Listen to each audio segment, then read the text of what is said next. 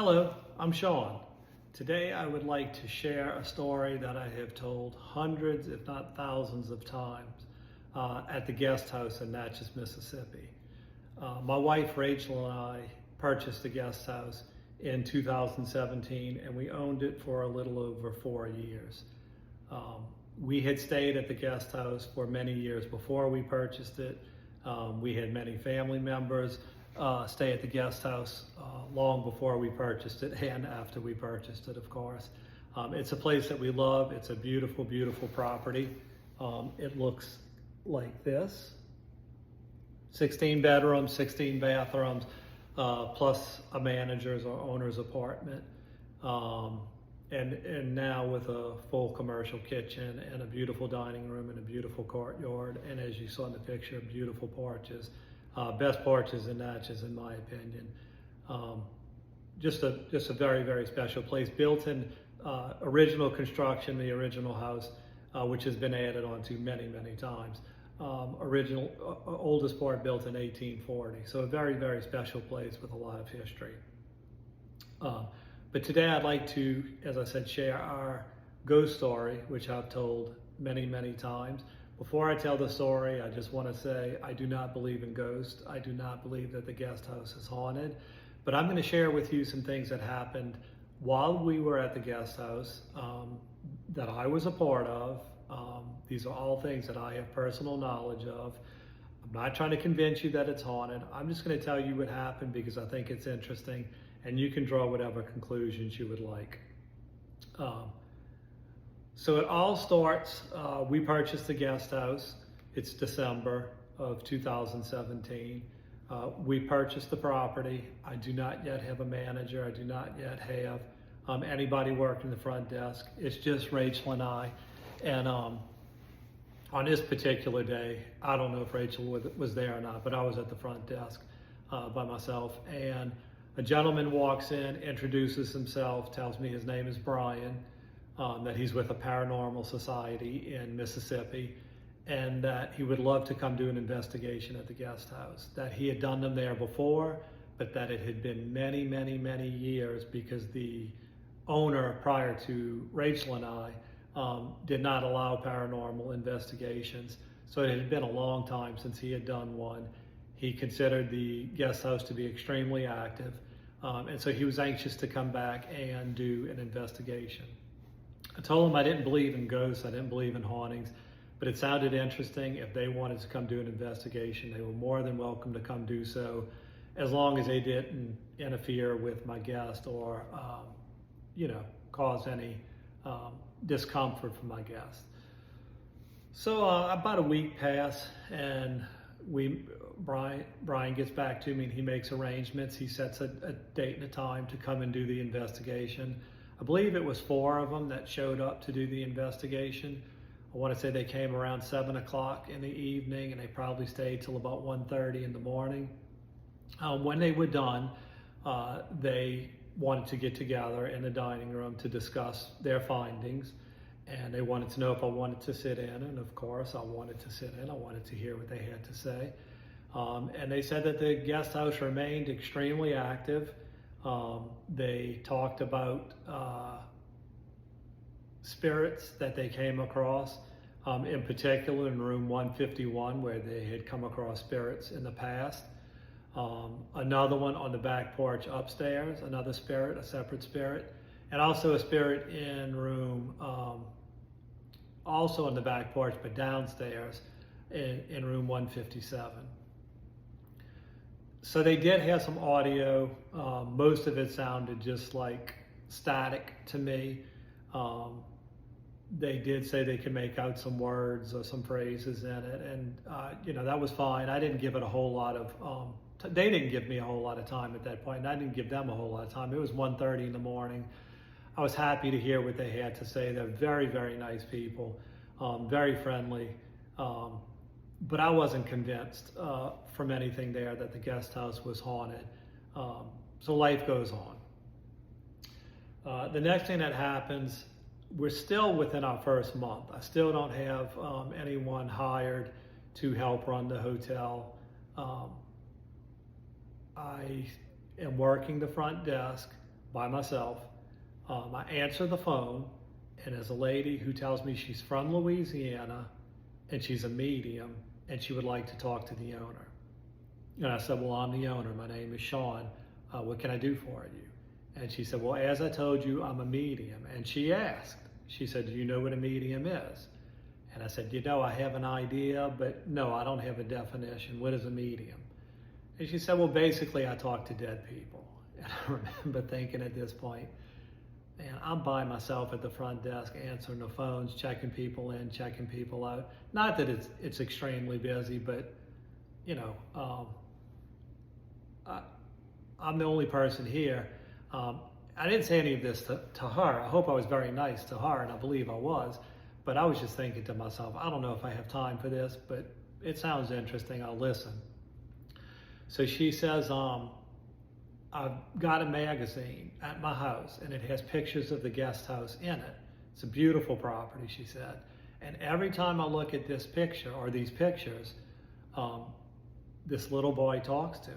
And he says he has messages for me. And he says he wants me to pass these messages on to the new owner of the property.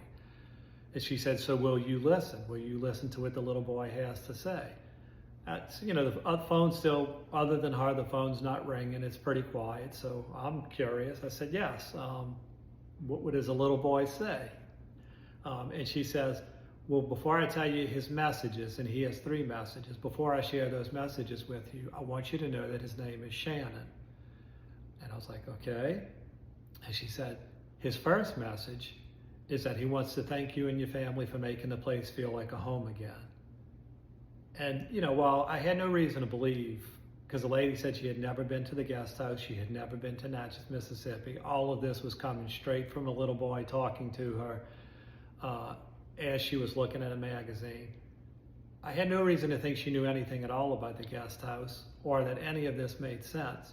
But I have to say that comment rang true with me, because we heard it all the time from guests, from day one, really, that when they stayed with us, they felt like they were staying in our home, even when we weren't there, even after we hired people, even after, in the end, Rachel and I would only come 1 or 2 days a week. But people continuously said over and over that it was like staying in someone's home because of the way the guests were made to feel when they were there.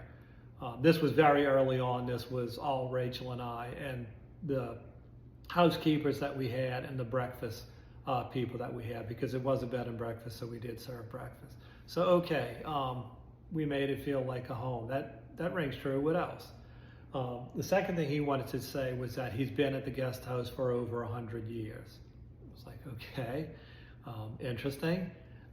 What's the third message?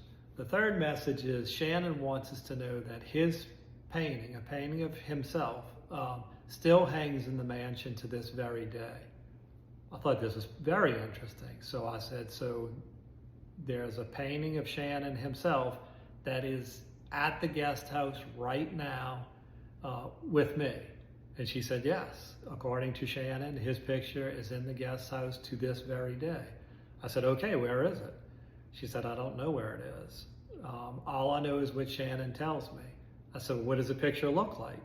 She said, well, I know what he looks like, but I don't know what the rest of the picture looks like. I don't know what the setting is. But if you show me, if you find a picture of a little boy and take a picture of it and send it to me, I will let you know if it's Shannon or not, because I know what he looks like. So one picture immediately comes to mind. It's a picture of a young boy. We had been moving pictures around to color coordinate rooms. And so I had just moved this picture. So I went, I knew exactly where it was. I went and take a picture of it, and I sent it to the lady, screenshot it, sent it to the lady, and I just knew she was going to say it was him. In my mind, I'm thinking, she doesn't know what this little boy looks like. The first picture I send to her, she's going to say yes. So I send it to her, and the immediate reply is, no, not even close. That boy that I sent a picture of was tall and slender. Shannon was not tall. Shannon was not slender. So I'm thinking, wow, I got my homework in front of me. 16 bedrooms, 16 bathrooms, 3 or 4 pictures and paintings in every single room, plus the common areas. This could be tough. But I got lucky on my very next guest.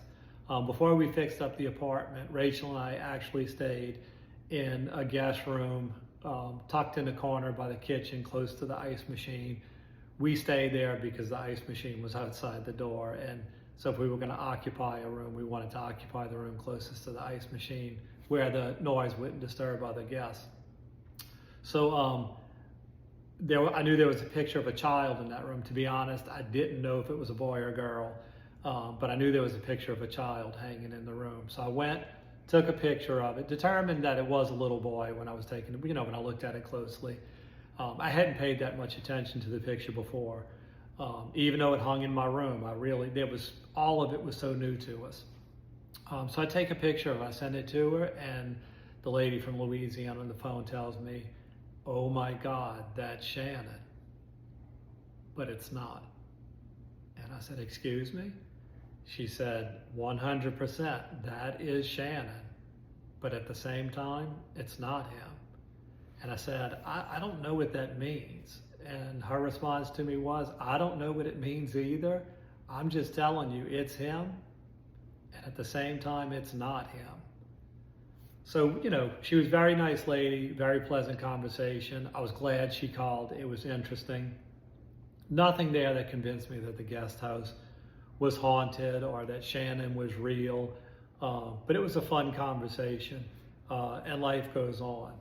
I'm going to say about a month passed, not much more than that, since being introduced to Shannon. And a young lady and her mom are staying with us. They're in room 154, very near the front desk. They stayed with us for 3 or 4 days. Very, very nice people. I gave them tips on where to eat and sights to see and things of that nature, but not a whole lot of conversation outside of that, until the young lady's name was Taylor. Taylor comes to the front desk without her mom. She comes to the front desk to check out. We check out, process is done. She turns to walk away. She takes 2 or 3 steps and she turns back around and she leans over the front desk and she says, "Sean, you gotta tell me, is this place haunted?" And I said, Taylor, I've heard some things. I didn't give her any specifics. I said, I've heard some things, but I don't believe in haunting, so I'm not going to tell you the place is haunted. But if you believe in hauntings and you think you came across something and felt something to suggest that, I'm perfectly fine with that. And she says, "Well, I'm with a paranormal society in Texas," which took me by surprise because she had been there for a few days and never mentioned anything at all about ghosts or questions about hauntings or anything about that until right after she checked out. But she said, "I'm with a paranormal society in Texas. Do you mind if we come and do an investigation here?" And I said, "I don't mind at all. But you do have to be respectful of my guests." And Taylor was like, "Oh, of course. We're going to pay for our rooms. We are going to, be respectful of your guests. If we're bothering anybody, we will shut down immediately." Taylor said, "I just know something is going on here, and I would like to come find more about it. I'd like to, learn more about it." I didn't know if I'd ever hear from Taylor again, but within a week or 2, I received a phone call from Taylor saying, "We'd like to set up 4 nights to come visit." I was like, wow, 4 nights. 4 rooms for 4 nights. They paid for their rooms. They came for 4 nights. They arrived in big trucks and vans. This was not a small operation. The amount of equipment that they brought into the mansion was mind-blowing. I remember thinking, I should be selling paranormal equipment because the amount it looked expensive. I don't know if it was or not. It looked expensive, and there was a whole bunch of it. All of it was really well protected in very, very expensive cases. They were serious. The first day after breakfast, they were leaving. I said, "Hey, where are y'all going? I thought y'all were doing an investigation here." She said, "We are. We're going to the library, to the churches, to any places we can find history on the guest house. We want to learn as much about this place as we can. And they spent the better part of the first day strictly doing research and sharing notes with each other. There were about 8, 9 people on the team. I don't remember exactly, but there were several people on the team. It was pretty impressive. They did most of their investigating at night.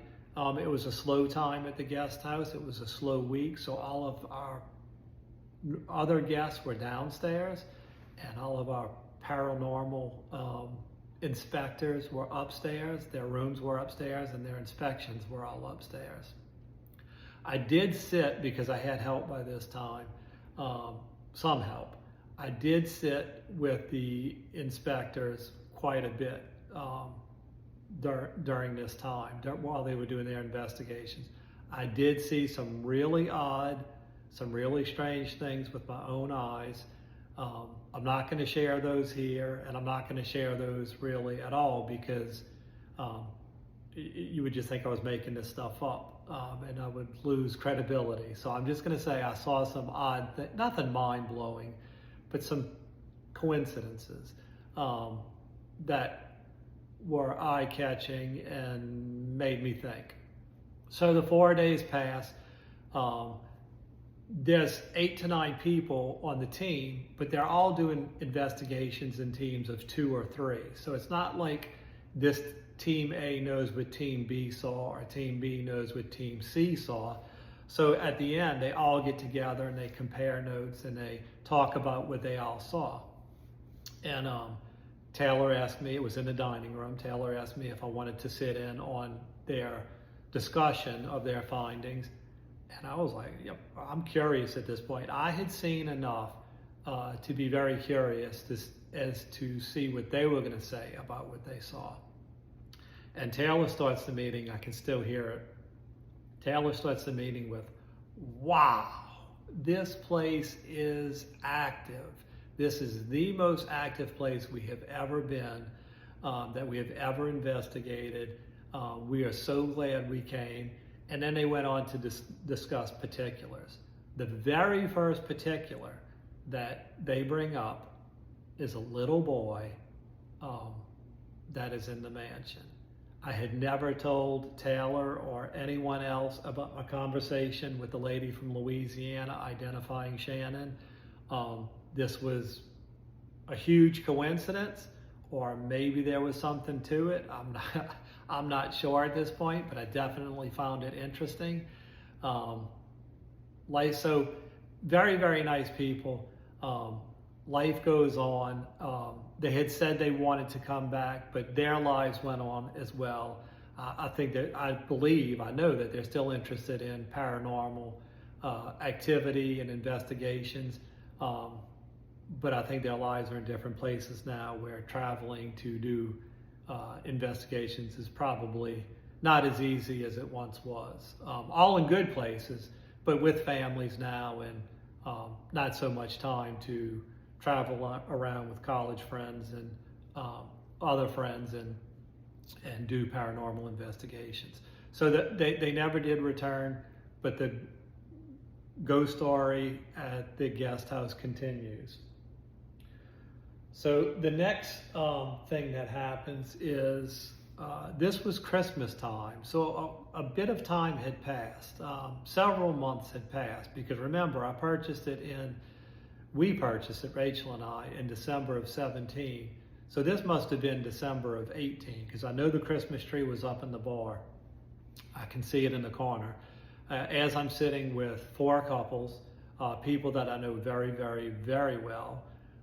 To tell you how well, some of them have known me since I was born. Some of them I have known since they were born. Everybody in the room fits one of those 2 categories. So there's 4 couples. We're all talking. And we're talking about old times. We're talking about the guest house. All of these people had stayed at the guest house for years before we purchased it. And had stayed at the guest house since we purchased it, and was staying at the guest house as we were sitting in the bar.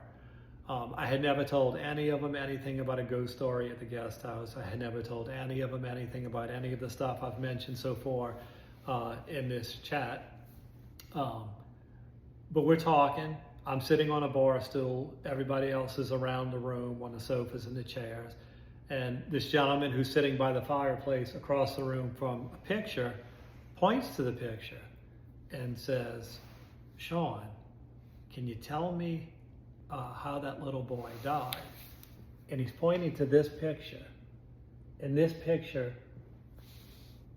which just went blank, is the picture that the lady from Louisiana identified as Shannon. And he points to this picture and says, "Can you tell me how this little boy died?" And I'm scratching literally, sitting on the bar stool, scratching my head, saying, I know what I think I know about this picture, but he has no clue. I said, "What makes you think this little boy is dead?" And he says, "Well, I know a good bit about art, and I don't know how well you can see it here, but," he said, "you see how the boy's standing in a cloud? It's not a big white puffy cloud, but it's like the floor is clouded." He said that was a symbol that the little boy was dead. That cloud on the floor was symbolic to show that the person was gone.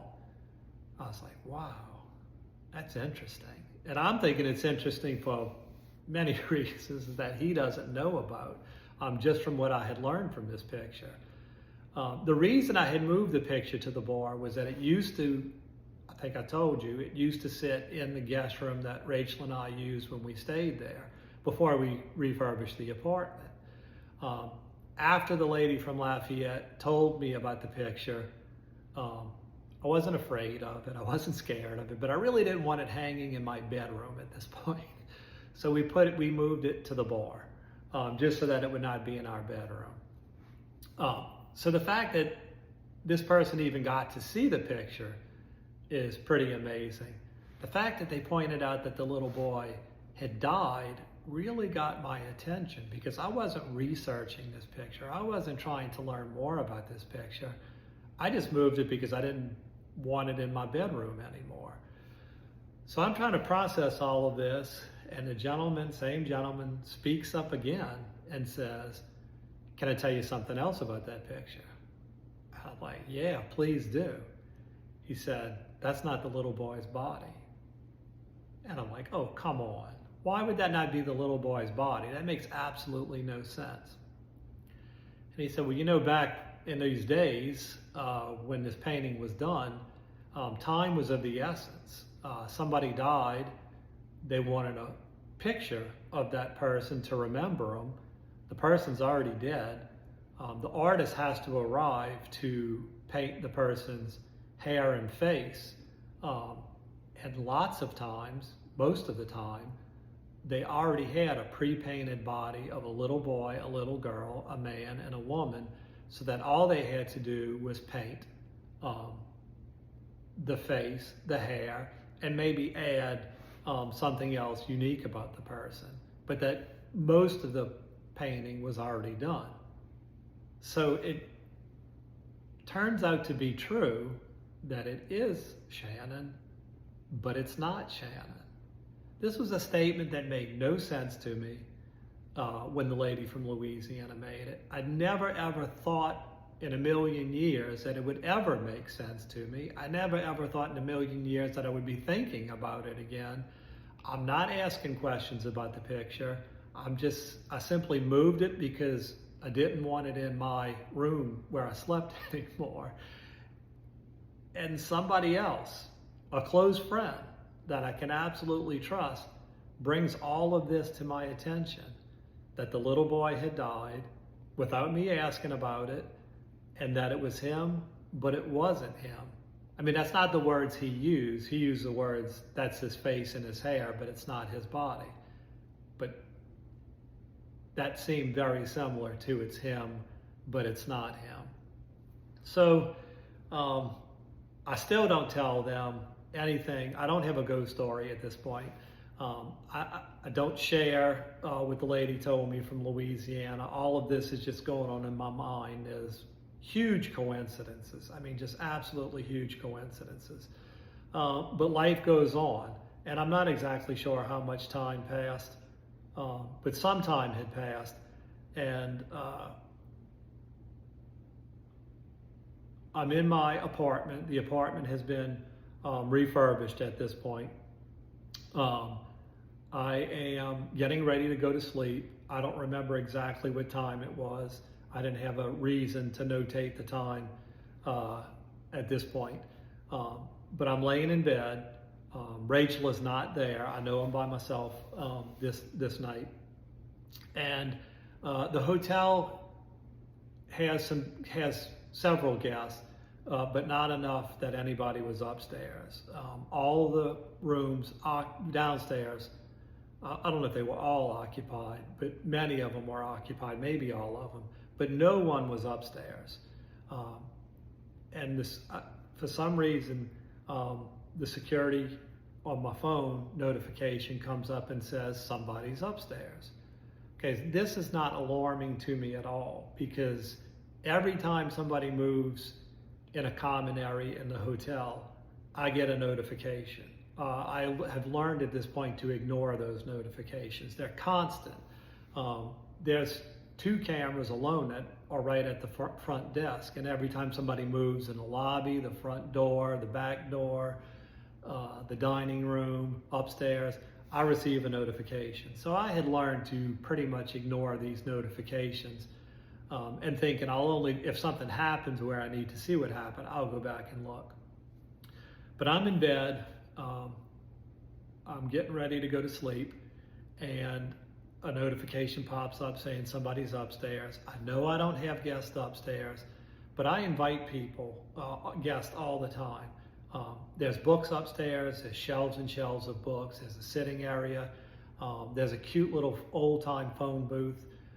If you have time, please make your way upstairs and check it out. So I'm thinking somebody's probably upstairs reading.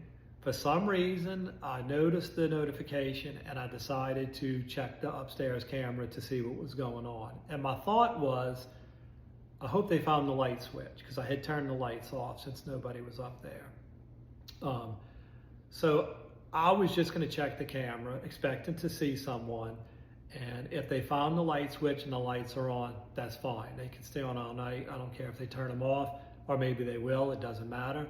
But I'm going to go to sleep until I saw what was on the camera, on the security camera. And this is what was on the security camera. Now I'm hitting play over and over and over. It only did it one time. But to me, and you can disagree, this looks like a child. To me, it looks pretty similar to the painting that the lady from Louisiana described as Shannon.